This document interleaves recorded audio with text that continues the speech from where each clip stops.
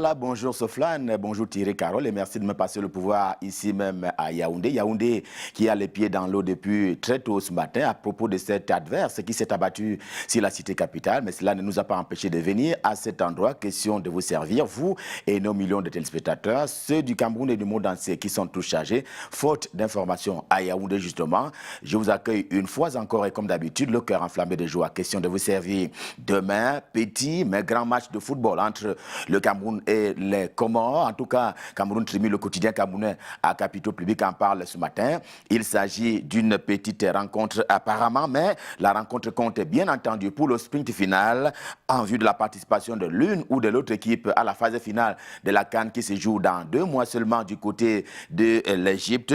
Cameroun Tribune tient justement à préciser quels sont les enjeux de cette rencontre qui oppose donc le Cameroun aux Comores. Et en parlant justement de cela, le journal indique que c'est une défaite interdite pour les Lions indomptables du Cameroun, dont on sait que le coach, justement, Clarence Seedorf, avait annoncé il y a quelques jours seulement que son équipe et lui-même étaient déjà prêts à remporter la CAN 2019. C'était dans une déclaration de l'entraîneur sélectionneur des Lions indomptables du Cameroun. Et tout cela fait partie, justement, du Cameroun Tribune, de l'enjeu de cette rencontre de football, malgré, justement, le match qui se joue en dehors du stade.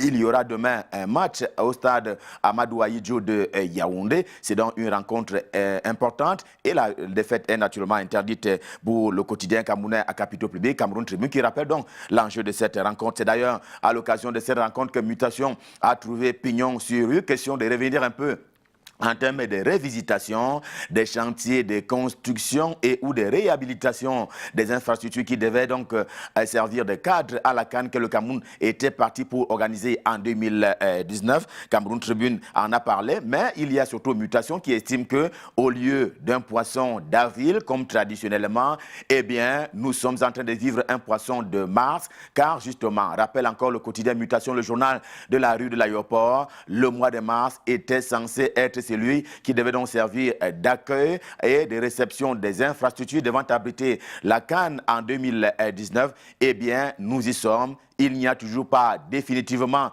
ainsi présenté les infrastructures qui devaient donc habiter la CAN 2019, d'où pour Mutation. Il s'agit là de la non-livraison des infrastructures que donc nous sommes en train de vivre un poisson de mars. Le Cameroun n'allait donc pas être prêt, semble conclure le quotidien Mutation, le journal de Georges Alain Boyomo dans sa livraison de ce vendredi. Mais pour sa part, l'hebdomadaire Essingan accuse plutôt Bello Bouba Megari, il est d'ailleurs au Cameroun, le ministre en charge du tourisme et des loisirs, sur ce coup-là, d'avoir justement retiré les marchés à un qui en était chargé en termes d'exécution.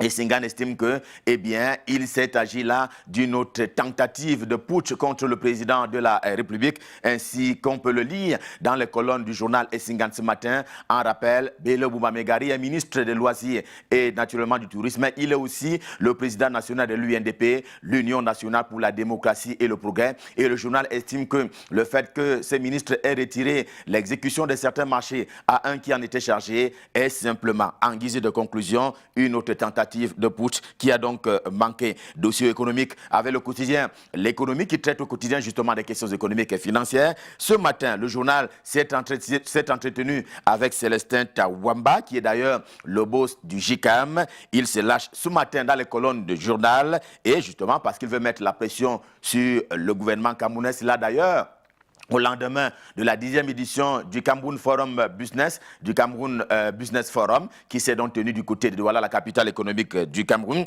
Et ce matin, le boss du JICAM, Chelache, il veut justement qu'il y ait un meilleur environnement des affaires au Cameroun, ce que l'on appelle techniquement le climat des affaires. C'est un peu ce à quoi appelle justement le président du JICAM à l'adresse du gouvernement camerounais et de tous les opérateurs économiques qui sont installés sur le sol camerounais. Le quotidien camerounais camerounais d'expression anglaise. The Guardian Post est également en kiosque ce vendredi. Et justement, ce matin, il le met à la grande une. C'est inhabituel. Ce matin, le journal propose sa grande une en langue française, qui est d'ailleurs l'une des langues officielles du Cameroun, en même temps que l'anglais. Impossible n'est pas camerounais, s'exclame le journal ce matin en français, malgré la secte terroriste Boko Haram, dont on sait qu'elle a été repoussée dans ses derniers retranchements par l'armée camerounaise, dans l'extrême nord notamment, malgré la secte terroriste Boko Haram et malgré également les événements du nord-ouest et du sud-ouest, avec ces deux régions qui traversent justement une crise sociopolitique depuis un peu plus de 2 ans maintenant, eh bien, le flux des échanges commerciaux entre le Cameroun et ses voisins, ce flux-là a certes ralenti, mais il ne s'est pas estompé, conclut The Guardian Post édition de ce jour, qui en arrive à la conclusion que impossible, justement, n'est pas camerounais. Le journal Le Soir propose à ce titre-là d'aller à la rencontre de ces membres du gouvernement qui sont au quotidien au travail pour apporter justement de leur pierre à la construction de l'édifice national. Ce matin, il y en a qui travaillent et d'ailleurs, Le Soir en a profité pour dresser un peu un tableau, un classement des ministres qui, selon les cas, travaillent ou ne travaillent pas assez. Il attribue notamment les notes aux membres du gouvernement, ceux qui ont justement été pensionnaires de l'ENAM, l'École nationale d'administration et de magistrature. C'est donc un hit parade des membres du gouvernement qui travaillent selon le cas ou ne travaillent pas, qui est donc dressé ce matin par le journal Le Soir. Et pendant ce temps, focus justement sur la décentralisation. C'est un processus qui a connu une certaine accélération depuis quelques jours maintenant, avec l'arrivée sur la table des députés de ces deux projets de loi, dont l'important révision du code électoral et l'autre justement qui table sur, en vertu justement des régionales que le Cameroun doit connaître en 2019, qui table justement sur la proportion, le nombre et aussi les indemnités des conseillers régionaux. Et pour le journal, cela fait partie justement de ce processus d'accélération qui est en cours d'exécution au Cameroun. Le nouveau bébé, l'actualité, vous le voyez, justement est préoccupé par ce sujet.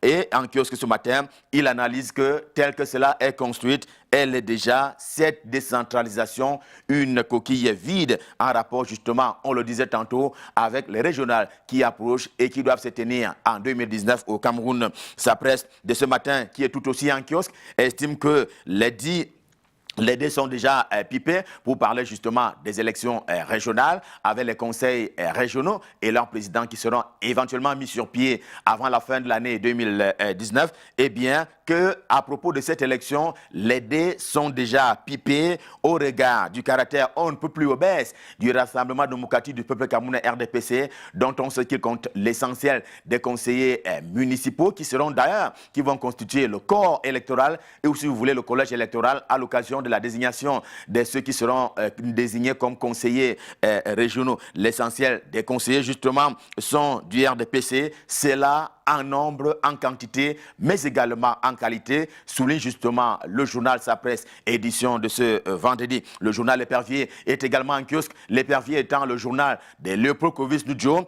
Dans sa livraison ce matin, il s'arrête d'abord sur cette information à donner avec d'ailleurs en face, et c'est au sommet de une, vous le voyez, eh bien, la ville de Yaoundé n'a pas été traversée par un zeste, justement, de ce qu'il est convenu d'appeler le cas de choléra. Le sommet de une du journal L'Épervier est clair. Le reste n'est que tentative de distraction.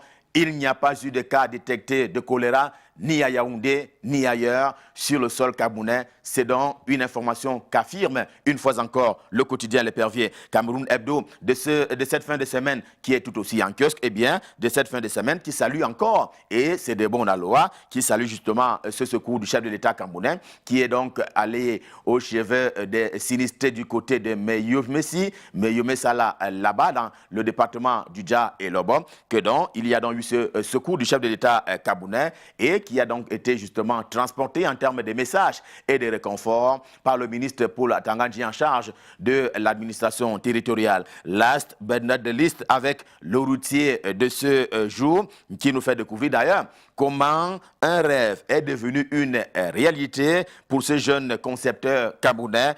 Il rêva du temps où il était petit d'une voiture made in Cameroun. Eh bien, la voici. Toutes pièces sont d'ailleurs montées ici. C'est donc une information quelque peu exclusive à lire ce matin dans le journal Le Routier. Et avec Le Routier, Stop fin pour la revue de presse Made in Yaoundé, édition de ce vendredi. Le cœur enflammé de joie, nous vous avons servi à l'occasion de ce dernier rendez-vous de la semaine. On prend le prochain pour lundi quand il sera à 7 h. D'ici à là, je vous souhaite de passer d'excellents moments en disant un bonjour tout particulier aux populations de Saint-Mélima. C'est la capitale du département du Djaï-Lobo qui vivra un grand événement demain avec le lancement officiel des programmes de Zen Radio. C'est donc une radio qui émet du côté de Saint-Mélima. Et pour le moment, je m'en vais mettre le cap sur Douala pour retrouver Michael Tiptio. C'est pour la suite et la fin de la revue de presse. Bonjour Michael, c'est à vous et c'est à vous à Douala.